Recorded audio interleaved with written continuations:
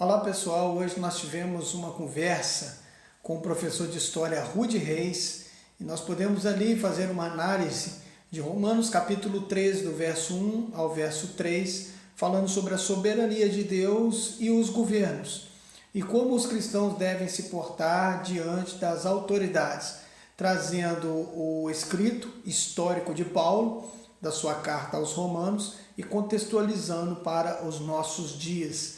Espero que você goste do nosso bate-papo e se você ainda não se inscreveu no nosso canal, que você possa se inscrever no nosso canal, dar o seu likezinho, faça um comentário e continue conosco nos ajudando nessa iniciativa. Mais uma live para vocês depois da nossa vinheta. Deus abençoe.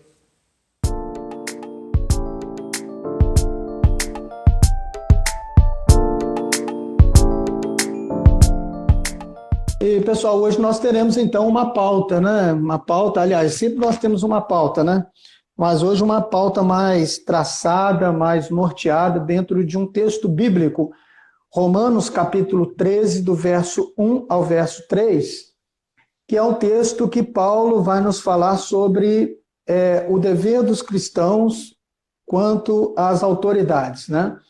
É um texto em que Paulo estava se dirigindo aos romanos e que ele vai, então, nortear aquela igreja local ou aquela igreja, né, contemporânea de Paulo, a como se portar diante das autoridades, né? E nós vamos ter aqui, então, um tempo mais extenso da fala do Rude, e depois eu também terei uma fala, né? O Rude vai estar falando dentro de uma perspectiva histórica, eu vou estar falando dentro de uma perspectiva teológica, né? E depois nós vamos, né, se possível, abrir aí para as perguntas, se alguém quiser perguntar sobre essa situação. Então, o que nós vamos falar hoje tem muito a ver com a soberania de Deus e os governos, né? Os governos no sentido aí de governos humanos. Então, nós vamos nos nortear dentro dessa linha. Eu vou, então, fazer a leitura, Rode, do texto, e para vocês que estão aí nos assistindo. E eu queria depois, Rode, que você pudesse fazer uma análise histórica deste texto, você que é um excelente professor de história, e contextualizar esse texto para os nossos dias, trazendo essa análise para os nossos dias e como nós podemos, né, dentro de uma interpretação coerente deste texto, nortear as nossas práticas enquanto cristãos dentro dessa temática, ok? Ok, Pode ser ótimo, assim? ótimo. Vou te apertar um pouquinho, mas a ideia é Ah, essa mesmo. vamos lá. Romanos capítulo 13, do verso 1 ao verso 3, diz assim: todos devem sujeitar-se às autoridades governamentais, pois não há autoridade que não venha de Deus. As autoridades que existem foram por ele estabelecidas. Portanto, aquele que se rebela contra a autoridade está se colocando contra o que Deus instituiu. E aqueles que assim procedem trazem condenação sobre si mesmos, pois os governantes não devem ser temidos, a não ser pelos que praticam o mal. Você quer viver livre do medo da autoridade? Pratique o bem e ela o enaltecerá. É com você, Rude, nos dá aí uma ideia deste contexto histórico para nos nortear e depois contextualize para nós. Fábio, na verdade, queria começar agradecendo, né, o convite aí, pela oportunidade de poder estar trocando essa ideia com você mais uma vez aí. A primeira vez, rapaz, achei que você nem ia me convidar novamente. Falei, rapaz, o Fábio não vai me chamar mais não. Mas que bom que nós podemos trocar ideia, né, a respeito dessa temática. E eu acho uma temática muito interessante e chamativa e também importante para que nós tenhamos uma visão dentro de uma interpretação, como você disse, equilibrada e coerente de um texto que às vezes também pode trazer algumas dúvidas, né? Eu estava brincando com você aqui antes da live, como eu disse, hoje a minha participação aqui ela vai ser bem direta, objetiva. Eu quero aprender contigo hoje aqui, cara. Eu quero sugar bastante aqui também da sua perspectiva aí, porque eu mesmo tenho muitas dúvidas com relação a possíveis interpretações deste texto. Mas, na verdade, a minha reflexão hoje aqui, ela foi motivada, né? Ela não foi nem tão espontânea, mas ela foi motivada por algo que eu tenho observado muito hoje em dia, né? E vez ou outra eu me deparo com isso, principalmente nas redes sociais, quando algumas pessoas questionam o fato de os cristãos ou os crentes em geral poderem ou não questionar as autoridades ou se apresentarem como oposição às medidas tomadas por tais autoridades, né? Dizendo que seria um pecado de rebeldia, inclusive, você se opor a uma determinação governamental ou de algum nível estatal desse sentido aí. E como forma de legitimar esse ponto de vista, esse tipo de interpretação, né, essas pessoas costumam apresentar, inclusive, esse texto que nós lemos hoje aqui, de Romanos capítulo 13, em especial o início do versículo de número 1. Né? As pessoas tendem a fazer o recorte desse versículo número 1, principalmente da primeira parte ali, para legitimar esse tipo de ideia, dizendo, né, que todos devem sujeitar-se às autoridades governamentais, pois não há autoridade que venha de Deus. E o versículo termina dizendo, né, que as autoridades que existem foram por ele estabelecidas. E assim, Fábio, na verdade, eu creio que hoje, como eu falei, eu tenho esse papel coadjuvante aqui na nossa conversa, né, porque eu creio que você tem uma bagagem até maior para esclarecer alguns apontamentos dentro dessa realidade. O que eu queria apontar aqui, o que eu queria tentar apresentar dentro do meu ponto de vista a respeito desse tipo de pensamento ou dentro desse tipo de interpretação de texto aqui em específico que a gente destacou, que busca legitimar as autoridades com base na vontade divina, é uma tentativa de buscar uma interpretação equilibrada e, digamos assim, coerente do texto que a gente acabou de ler. A verdade é que esse pensamento de querer legitimar as autoridades com base em preceitos divinos, isso não é novo. Isso sempre ocorreu ao longo da história. Esse tipo de interpretação, né, de buscar legitimar o poder do Estado, o poder governamental com base em preceitos divinos, isso é algo que sempre existiu na história da humanidade. Aliás, quando a gente para analisar a própria história, a própria origem do Estado, a gente se depara com essa relação de uma forma bem explícita, bem concreta. Por exemplo, quando a gente vai estudar aquilo que os historiadores chamam de o berço da civilização, a região do crescente fértil, a Mesopotâmia, a Palestina, o Egito, a gente vê que as civilizações que se constituem ali, né, os estados que se constituem ali dentro dessas primeiras civilizações, ele tem um apoio muito grande, ele é legitimado pela força religiosa. Né? Por exemplo, a gente vê estados, civilizações surgindo com o governante sendo legitimado pelo poder religioso e, em contrapartida, o poder religioso é beneficiado por medidas governamentais que garantem a existência daquela conjuntura religiosa ali dentro daquele contexto social.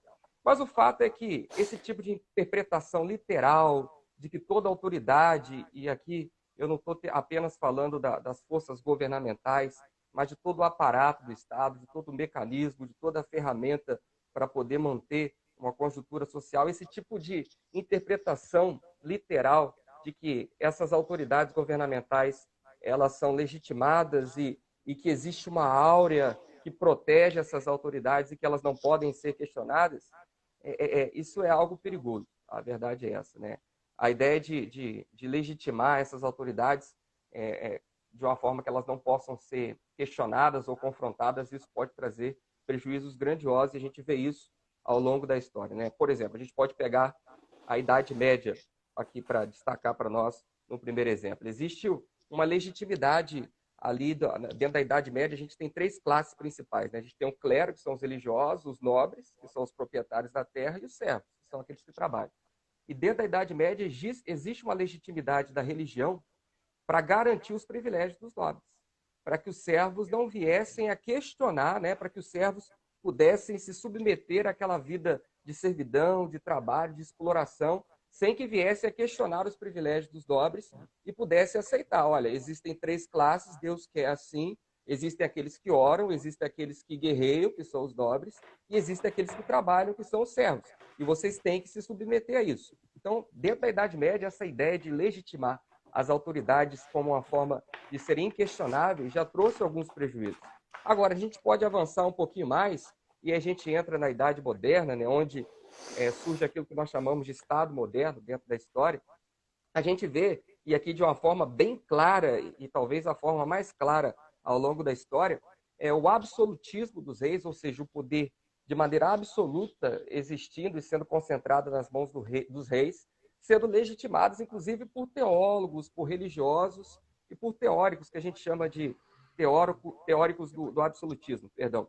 A gente pode destacar aqui alguns, como, por exemplo, Bossuet, o Maquiavel, e o Thomas Hobbes, por exemplo. Né? Eu não vou ficar entrando nesses termos técnicos, senão a gente vai terminar a live só nós dois aqui, né? Senão o pessoal vai pulando fora.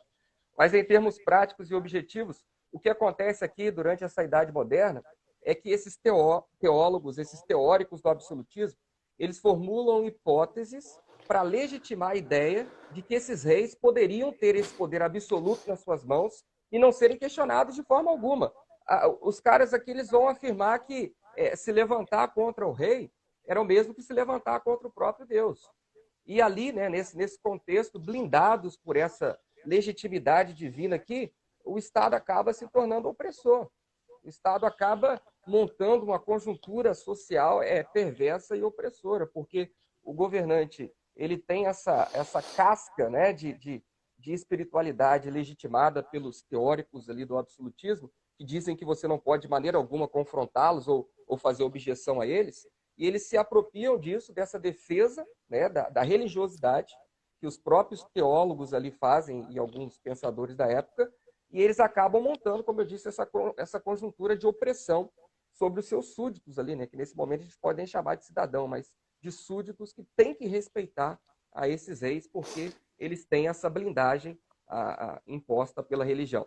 Agora, eu não nego o princípio da soberania divina jamais, né, de modo algum. Agora, o que eu proponho aqui, dentro da minha fala, nesse primeiro momento, bem rápido, eu já estou caminhando para o final, é que nós tenhamos uma interpretação equilibrada de textos como esse.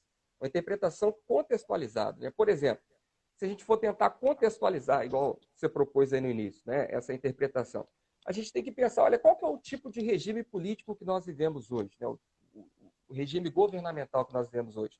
A gente vive uma democracia. E a palavra democracia, né, algumas pessoas conhecem a definição, outras não. Qual que é o mínimo que a gente precisa entender sobre o significado de democracia? É o que significa a palavra, o termo. A palavra democracia é a junção de duas palavrinhas gregas. Demo, que significa, né, que vem de povo, e cracia, que vem de kratia, poder. Ou seja, juntando esses dois termos, a gente tem o quê? O poder nas mãos do povo. E principalmente a partir do século XVIII, dos anos 1700, dentro de um movimento que a gente chama de iluminismo, essa democracia, essa ideia de ter o poder nas mãos do povo, ela começa a ser repensada para garantir isso de uma forma plena, ou seja, para garantir que o povo tivesse os seus direitos, as suas garantias como cidadãos respeitados, né? Tanto que os pilares da democracia é justamente essa, né? A soberania popular, a ideia de que todo o poder emana do povo. E também a partir desse movimento do iluminismo, o próprio Estado ele também começou a ser repensado. Por exemplo, essa ideia de legitimidade que blinda o governante, que blinda a autoridade ali, ela começou a ser repensada. Então, de uma maneira contextualizada, se nós estamos dentro de uma democracia e em uma democracia o poder se encontra nas mãos do povo, aí a gente vai juntando aqui, né, os pontos. Se nós estamos em uma democracia, a autoridade constituída por Deus nesse contexto é o próprio povo, ou uma das autoridades constituídas pelo Deus é o próprio povo. E o povo deve ter essa autoridade respeitada também, né? E as autoridades, como eu disse, eu não nego a sua importância e a necessidade de ter respeito a elas. Nessa conjuntura atual que nós vivemos, elas se constituem como ferramentas, mecanismos, instrumentos para a busca do bem maior daqueles que detêm a verdadeira autoridade, ou seja, o povo. O próprio Thomas Hobbes, por exemplo, que é um pensador muito importante, ele vai dizer que o Estado ele surge para quê? Para trazer organização para o caos. Ele tem uma frase muito conhecida, né, onde ele diz que o homem é o lobo do próprio homem. Ele diz que no estado primordial, onde não havia organização, as pessoas viviam no caos, trazendo prejuízo umas para as outras. E aí existe essa organização, essa conjuntura que a gente chama de Estado, é criada para trazer uma ordem, um bem-estar social. E dentro do contexto em que a gente vive, a minha interpretação, né, esse é um ponto de vista meu pessoal, a autoridade constituída por Deus também acaba sendo o povo. E existem diversos textos na Bíblia, ô Fábio, eu quero terminar com esse apontamento, que trazem orientações, inclusive, para as autoridades, de como as autoridades devem se portar, né? Então, eu creio o seguinte, entendendo esse contexto de que nós, o povo, nos constituímos também como autoridades instituídas por Deus, nós precisamos também levar em consideração esses princípios e essas orientações que a própria palavra de Deus traz para as autoridades, de buscar uma sociedade justa, de buscar uma sociedade onde exista uma sobriedade, né? onde exista uma conjuntura social que busca o bem-estar social. Então, a minha proposta hoje aqui, de uma maneira clara, né, como eu disse para você, é essa, de contextualizar o texto, da necessidade, da realidade de contextualizar o texto, de nós entendermos a nossa conjuntura governamental de hoje. Nós vivemos em uma democracia, que inclusive é um regime político bem diferente do contexto ao qual o texto foi escrito, que é um contexto imperialista, né, do Império Romano. É interessante até a gente pensar nisso, que o próprio apóstolo Paulo orienta que nós devemos nos sujeitar às autoridades. Mas a ordem existente naquele contexto era de proibição ao cristianismo. E ele está ali divulgando o cristianismo através de suas cartas. Ou seja, que tipo de sujeição é essa que o apóstolo Paulo nos convida a ter, né? Será que é no sentido de sempre concordarmos? Será que é no sentido de darmos uma legitimidade cega que pode levar à corruptibilidade do poder, né? Então, Fábio, eu queria te convidar nesse momento a participar desse bate-papo aí, dentro dessa contextualização que a gente fez aqui nesse momento, de você poder contribuir também, né?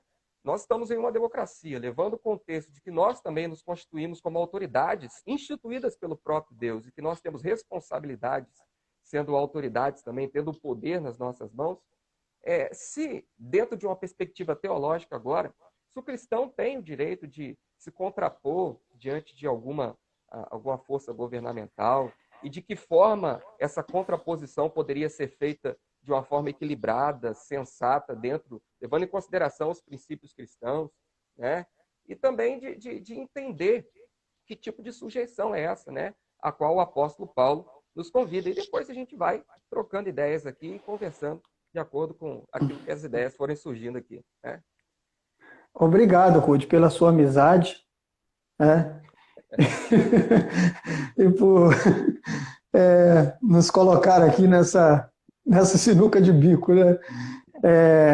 Mas, Ruth, eu queria, então, dentro dessa contextualização, pensando também dentro de tudo que você falou, dentro dessa perspectiva de Estado que nós temos hoje no Brasil, eu queria, então, pegar esse gancho do final da sua fala, falando do modelo de Estado que nós temos e no modelo de governo que nós observamos e que vivemos.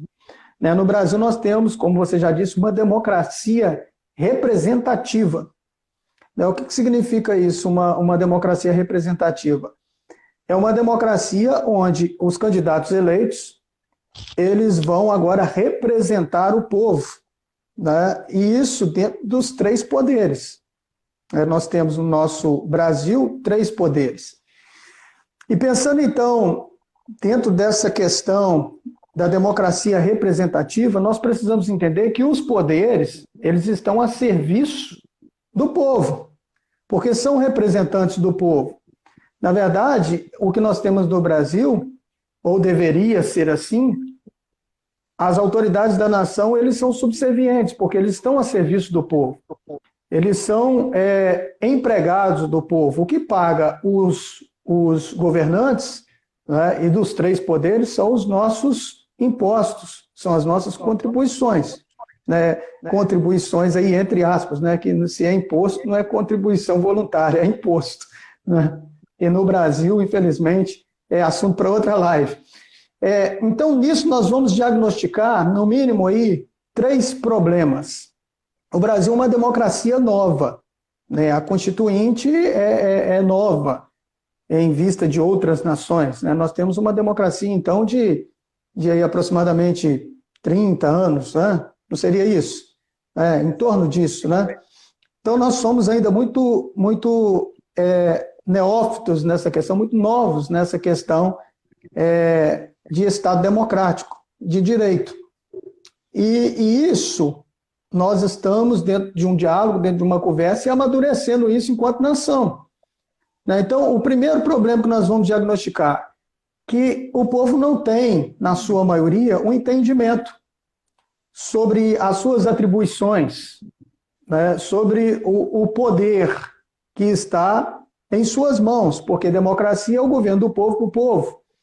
Né? Então, a política de forma geral no Brasil, nós só vamos enxergar isso, um movimento político mais acirrado ou um movimento político mais atenuado nas épocas de eleição, né, das eleições. Nós poderíamos dizer que política no Brasil se faz de 4 em 4 anos, né, infelizmente, seja ela municipal ou federal. O outro problema que nós vamos diagnosticar, e eu vou ser aqui bem objetivo, é o não entendimento sobre os 3 poderes. Como você disse, Paulo, quando escreveu Romanos capítulo 13, o regime era imperialista, era um imperador, né, que chega bem perto de uma monarquia. Né, a ideia era essa. E no Brasil, na cabeça de muitas pessoas, ao que parece, é que nós vivemos num regime de monarquia, onde se elege um presidente e agora o presidente vai mandar em tudo. E nós somos governados por 3 poderes e deve haver harmonia entre esses 3 poderes. Então, quando nós falamos de governo no Brasil, nós não estamos falando da figura do presidente. Nós estamos falando dos 3 poderes que governam o Brasil e dentro das suas várias atribuições, né, que não daria para a gente pormenorizar aqui nessa live. O terceiro problema que nós diagnosticamos é que a democracia representativa no Brasil, ela é na teoria e não na prática, porque há uma distância muito grande entre o povo e os governantes. Depois que o sujeito assume lá o poder, né, seja qual o poder for, se é no legislativo, se é no judiciário, se é no executivo, eles começam a agir da forma como eles bem entendem e há pouca participação da população. Então, tendo em vista toda essa questão, dentro dessa perspectiva de democracia representativa, eu queria então ir para o texto. E eu queria então falar dentro daquilo que eu penso de uma forma teológica. E quando eu falo de uma forma teológica, eu estou falando da minha teologia, porque todo mundo faz teologia. Até o ateu faz teologia, porque teologia é a ciência pela qual Deus se torna objeto de estudo.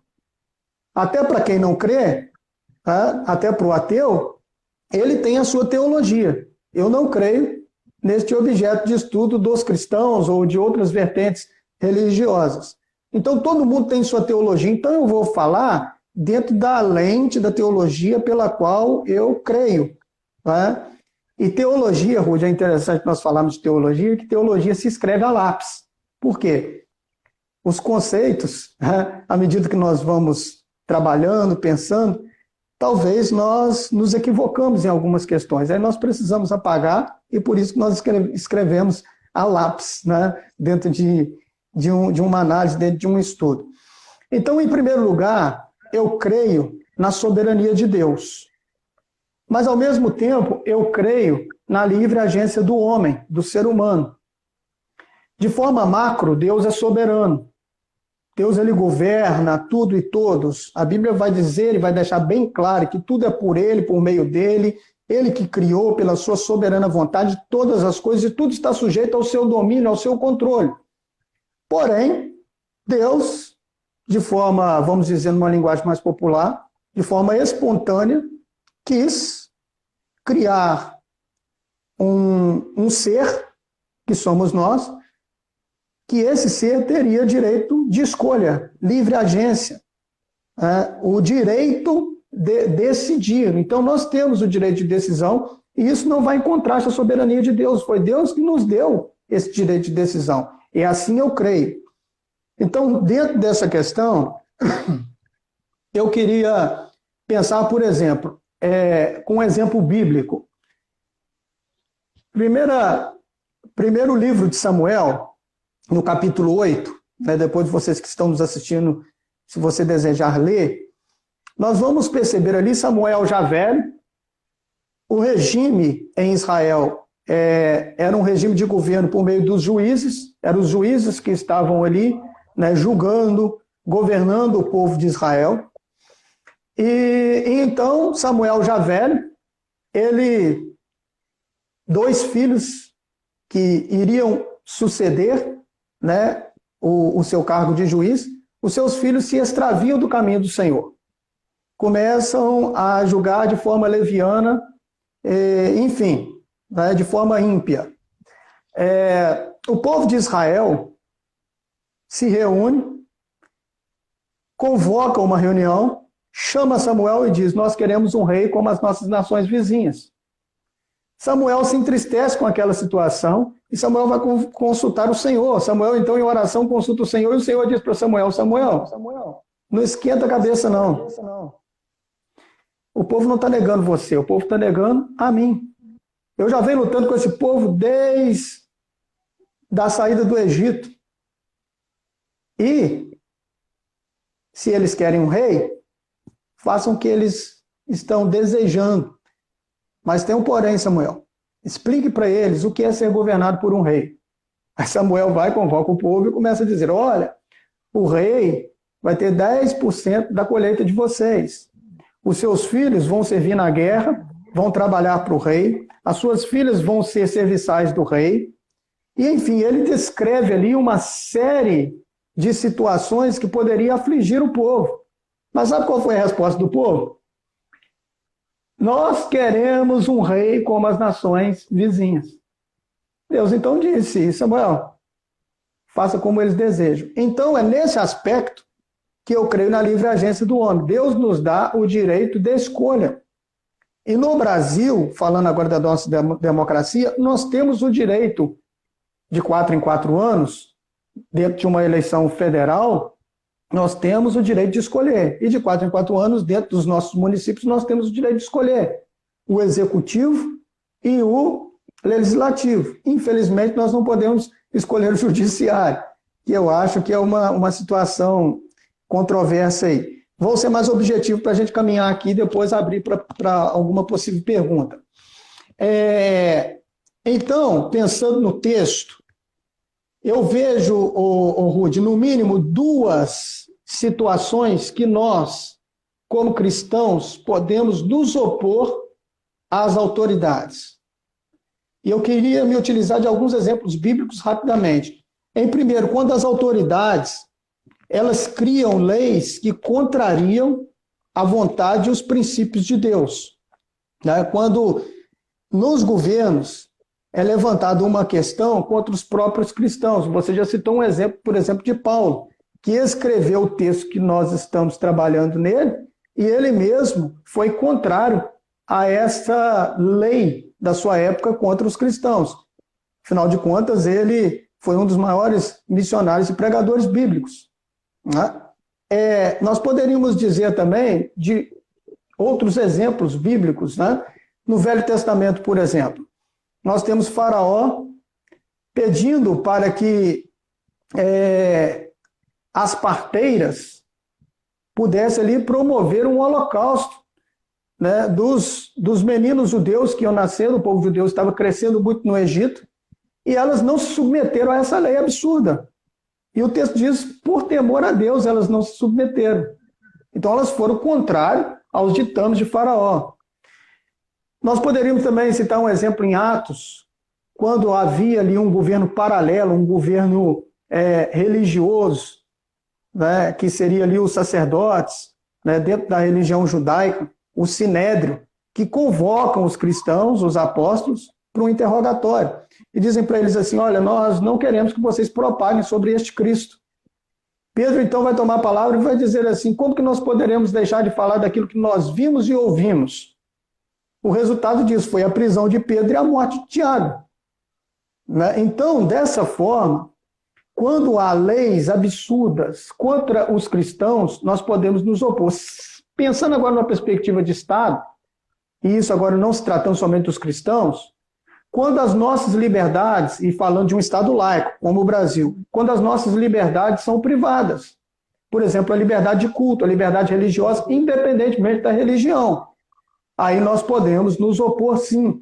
contra as leis absurdas que ferem as nossas liberdades. Em segundo lugar, Rudy, eu já estou terminando, para a gente bater um papo aqui, quando as autoridades forem arbitrárias, né, e fugirem da lei, que no nosso caso é a Constituição. Nós precisamos entender que no Brasil, acima dos 3 poderes, existe uma Constituição. Então, quando esses 3 poderes vão contra a Constituição, que é a nossa regra, que é a nossa norma, nós podemos sim, né, ir contra as autoridades, seja de qual poder for, no sentido de preservar a nossa Constituição. Ah, mas a nossa Constituição existe alguns absurdos. Se a nossa Constituição existe alguns absurdos, existem os mecanismos legais para que nós possamos nos ater a eles para que haja uma mudança desses absurdos. E isso é feito por meio do legislativo. E aí tem que haver uma comoção popular para que essa norma seja modificada. Tá? E isso é por meios legais. Então, Ruge, eu queria terminar dizendo que Deus, na sua soberania, ele usa até pessoas ruins dentro do seu propósito. E isso de forma macro. Nós poderemos, por exemplo, nos ater a um exemplo no Antigo Testamento, Ciro, o rei Ciro, né, que era um rei ímpio, ruim, e Isaías vai chamar ele de meu servo. Né?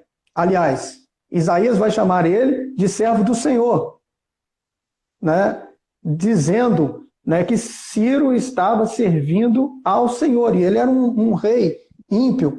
Nós poderíamos também, né, citar outro exemplo, Pilatos, quando Jesus ali está sendo, né, julgado, Pilatos vai questionar Jesus. Você sabe que eu poderia te soltar, e você não fala nada. Jesus disse para ele, né, nenhuma autoridade te foi dada se do céu não viesse. Então Jesus estava atestando ali que Pilatos tinha uma autoridade dada pelo próprio Deus. Então, Deus, ele governa dentro da sua soberania, mas ele não retira do ser humano esse direito de escolha.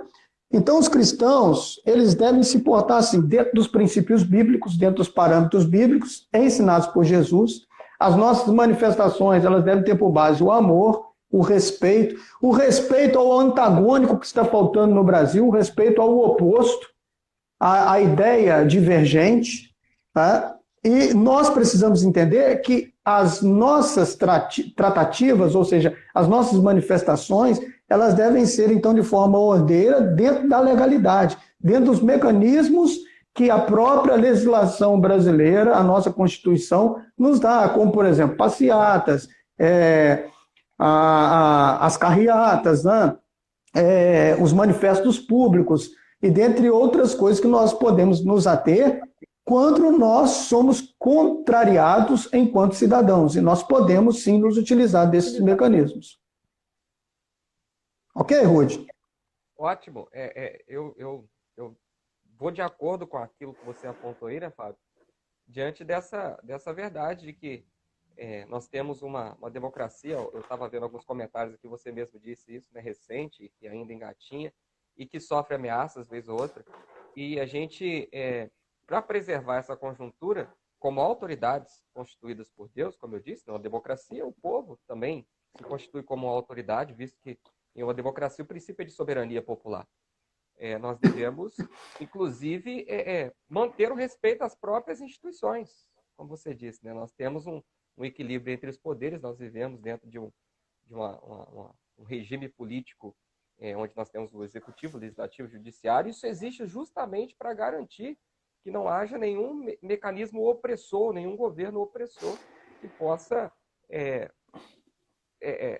saquear alguma das nossas liberdades ou alguma das formas de expressão que nós temos ou alguma das formas de manifestação que nós temos. Então, eu acho que foi bem bacana, né, o diálogo. Acho que deu para a gente poder contextualizar e fazer alguns apontamentos também. Se você quiser abrir para o pessoal aí, de repente, a gente fazer algum bate-bola também, nós estamos abertos para isso. E isso é dentro de uma perspectiva. O grande problema, como eu já disse, é que no Brasil, nós entendemos o Brasil como, apesar do Brasil ser uma democracia representativa presidencialista, onde o presidente tem algumas ações, né, efetivas, né? O problema é que no Brasil nós entendemos o governo só dentro do executivo, e isso traz uma grande confusão. Eu disse na época das eleições que as eleições para o legislativo elas seriam mais efetivas e elas teriam um maior poder de ação na nossa nação neste momento do que até mesmo o executivo. E isso está se configurando agora. E nós percebemos isso claramente. Agora, a dificuldade que nós encontramos hoje no Brasil é de conhecimento mesmo, Ruth.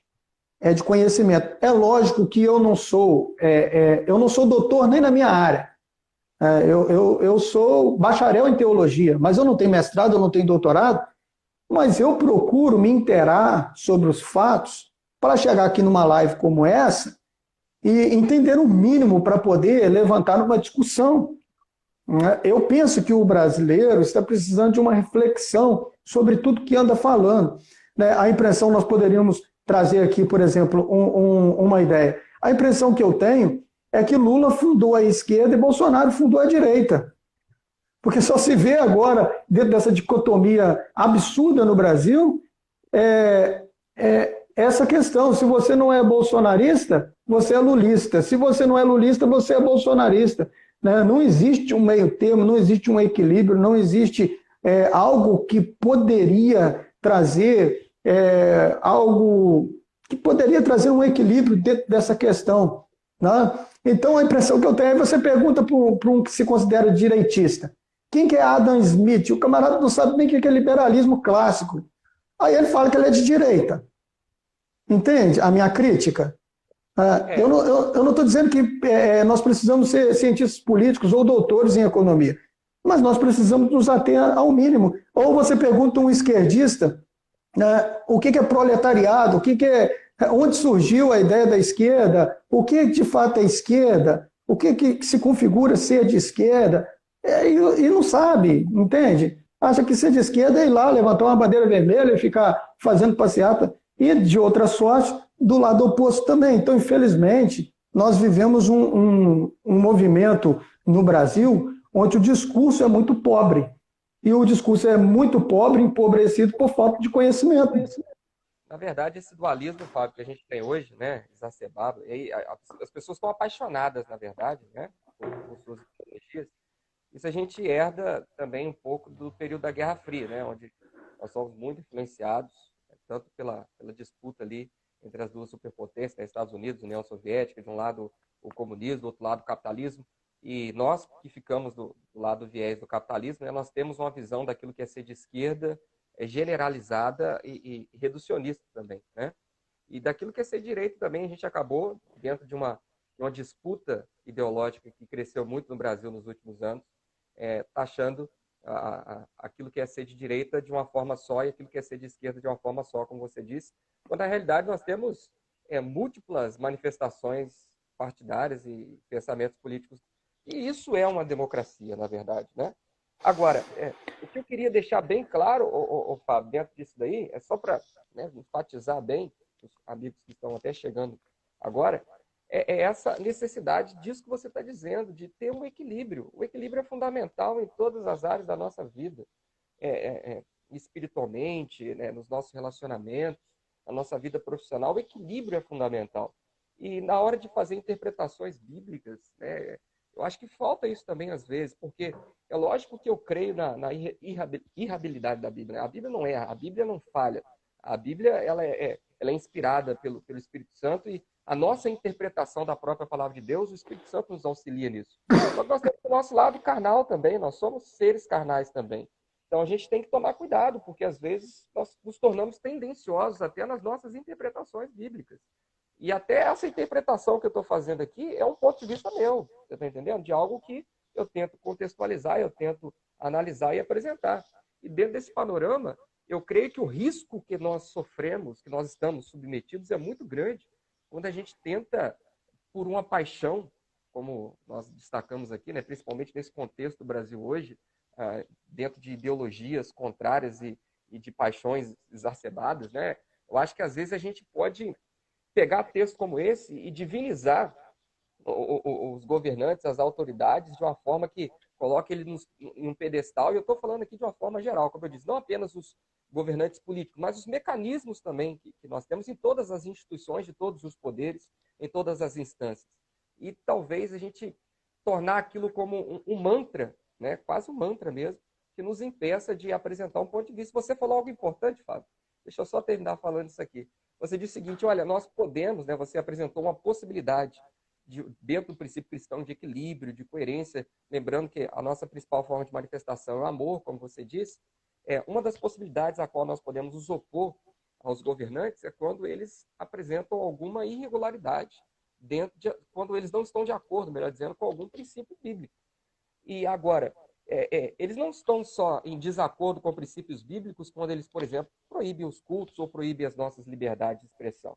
Eles podem estar em desacordo com princípios bíblicos também quando eles não se preocupam com os mais necessitados, quando eles não têm preocupações com questões sociais de garantir uma igualdade para todos, né? de garantir a igualdade de direitos para todos. Isso também é se atentar com relação a fazer uma análise se essas medidas governamentais também não estariam indo em desacordo com princípios do próprio Evangelho, né? Porque o Evangelho também se preocupa com a condição do ser humano. É o Evangelho integral, como a própria teologia apresenta, né? Então a gente tem que fazer essa análise com equilíbrio e com coerência sempre. Isso é muito importante. Na verdade, Rudy, isso é muito importante e nós precisamos nos ater sempre aos exemplos do nosso Senhor Jesus, que é o nosso norte. Eu queria mandar um abraço aqui para o pastor Jeová, para o pastor Leonardo que entrou, o Magdiel, os demais que estão conosco nesta live aqui, né? O Magdiel disse que a nossa democracia brasileira ainda engatinha, né? E é verdade. Então, usando o exemplo de Jesus, nós precisamos pensar que Jesus, quando ele entra no templo, e ele vai para o templo agora com chicotes na mão, ele se levantou contra não somente um movimento religioso, mas um movimento político. Porque no contexto judaico, você que trabalha na história sabe disso, existiam dois poderes paralelos, um governamental e um poder ligado à religião, que julgava, inclusive, sobre as questões com base na lei de Moisés, que era a legislação religiosa vigente dentro do povo de Israel contemporâneo a Jesus. Então, Jesus ele se opõe ao movimento também político de opressão, e, sobretudo, de opressão aos mais pobres, porque o comércio ali no templo, ele feria principalmente os mais pobres, porque os animais que deveriam ser sacrificados eram vendidos a preços absurdos.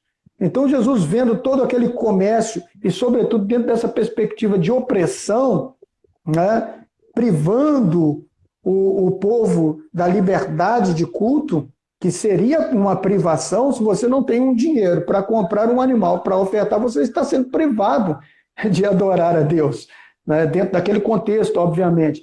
Então, nós vamos perceber isso. Nós vamos perceber isso, Jesus se opondo. Então, claramente, nós percebemos que nós precisamos ter, dentro deste texto, Romanos capítulo 13, de 1 a 3, um tratado e uma contextualização trazendo para os nossos dias, que vivemos não no regime imperialista, mas num regime democrático. E o regime democrático, nós vamos reafirmar, é o governo do povo para o povo. Nós vivemos numa democracia representativa. E se os nossos representantes não estão condizendo com aquilo que é trivial, com aquilo que é normal, com aquilo que é correto, nós podemos, sim, dentro dos meios legais, nos opor, né? E nós não estamos indo contra Deus, nós estamos indo, né, dentro de uma perspectiva de um governo injusto. Inclusive, Deus vai denunciar isso inúmeras vezes por meio dos profetas, Isaías, Jeremias, toda essa injustiça por parte dos governantes que, né, não olhavam para os órfãos e para as viúvas. Eu queria, então, abrir, Rudy, nesses 10 minutos, se alguém tem alguma pergunta a nos fazer, que seja objetivo, que nós pudéssemos aqui responder. Eu queria agradecer a todos vocês, a Nil Zilene está conosco, né? Nós temos aqui o João Lucas, o Marcos, lá de São José de Bar, não, de Cardoso Moreira, né?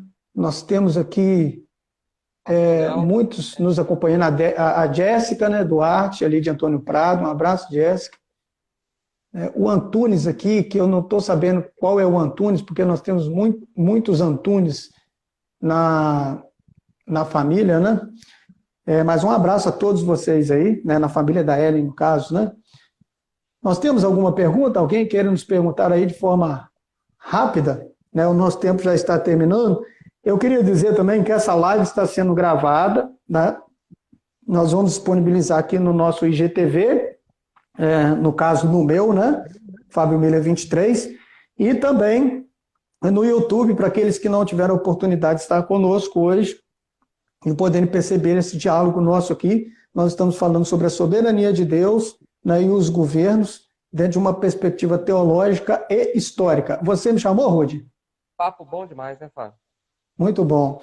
Muito bom. E eu acredito que foi um pouco esclarecedor, né, para todos nós, pelo menos para mim, dentro da sua análise histórica. Eu pude, de certa forma, contribuir aqui um pouco com a nossa teologia, né, e lendo, né, o nosso contexto dentro de uma lente teológica na qual eu creio. Né? E é isso, né? É isso. Nós estamos aí caminhando para o fim. Eu tenho uma visão de que quando o povo não faz pergunta, ou entendeu tudo ou não entendeu nada, né? Rapaz, é difícil, né? A gente fica assim, Mas né? Sem saber, ou não entendeu nada, ou nós não tivemos sucesso nenhum na empreitada, né? Ou tivemos muito sucesso e o povo entendeu tudo, e glória a Deus por isso, né? aqui renderia 2, 3 horas de papo, né, Fábio? Não temos como pormenorizar as questões, mas nós poderemos fazer outras, tá? Né? Está aí nas nossas mãos, né? Todo este aparato, né? Toda essa ferramenta que nós temos hoje. Né? A Nil está dizendo que nós fomos muito claros. Obrigado, Nil, pelo feedback aqui. Será que ela está Ufa, falando da Nil, luz? obrigado aí. Será que ela está falando da luz que Né? está aqui? Não, está muito claro, né? Recebemos até elogios aqui, ótimos professores, né? Eu não tenho essa pretensão, né? Professor, eu sou muito longe de, de ser esse professor, né? Eu sou apenas um curioso e estudo alguma coisa de vez em quando para poder, né, me situar em algumas situações. Professor mesmo aqui é o Rude e dos bons, né? Foi bem demais, cara. Que isso. Com certeza, ó, o povo Ô, gostou. Rude, nós temos aqui alguns minutos, nós temos praticamente aí 7 minutos. Eu queria, então, dentro dessa mesma temática, pensar com você aqui,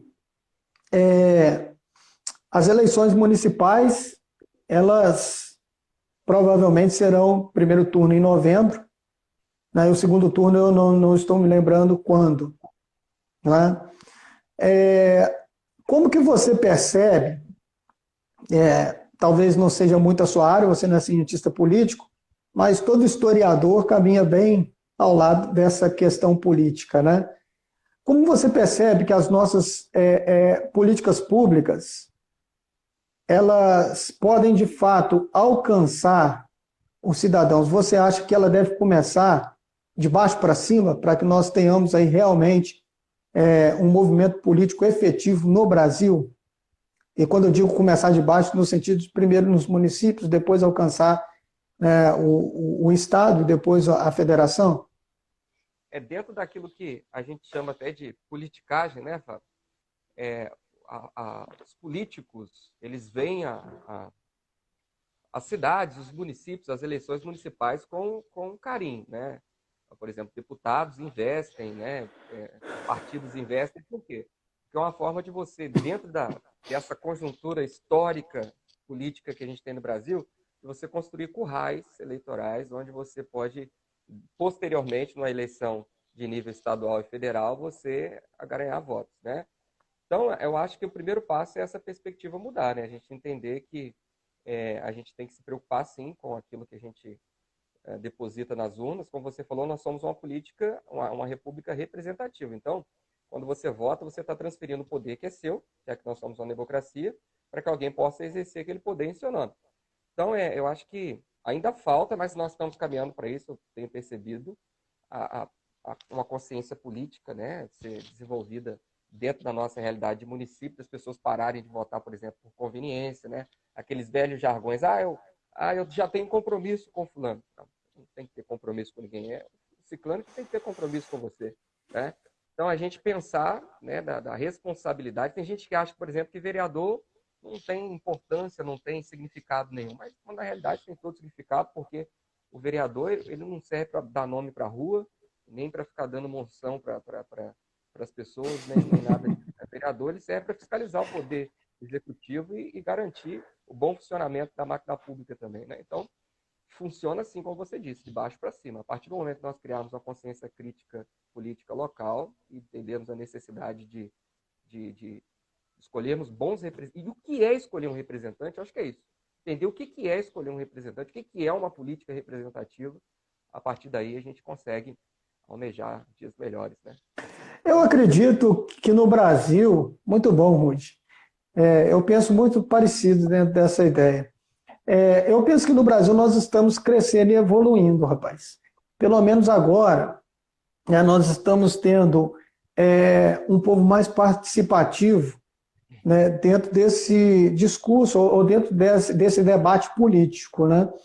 O povo brasileiro era um povo muito disperso dentro dessas questões políticas e parece que agora, mesmo com todos os movimentos agressivos que nós estamos tendo, infelizmente, no Brasil, e quando eu digo os movimentos agressivos, seriam os extremos, né? Eu acredito que nós estamos evoluindo, nós estamos crescendo aí como democracia, como sociedade, dentro dessa discussão. É lógico que essa discussão, que agora está sendo mais fomentada, né, nos nossos dias, ela já é algo natural há muito tempo, principalmente nos países da Europa, né?